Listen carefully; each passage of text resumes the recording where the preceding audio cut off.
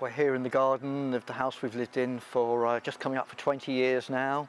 Ever since we've been here, we've tried to do stuff to improve it for wildlife. What made you get so heavily invested in bats?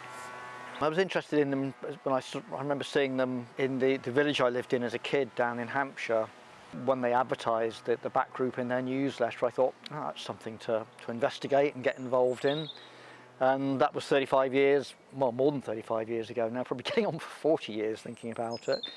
And I've been involved in bats ever since. Yeah, one of the motivations for creating a wildlife garden was to encourage bats into the garden. And we've done that by having things in here which produce lots of nectar, because if you want to encourage bats, you have to sort of start from the bottom and work your way up. So British bats eat insects, nothing but insects. So the first thing you need to do is to encourage the insects in your garden. Best way to do that is to have a pond. So the very first thing we did when we moved in was build a pond down the bottom of the garden. So yeah, the next thing was to put some bat boxes up, and we got 3 bat boxes of 3 different designs in the garden.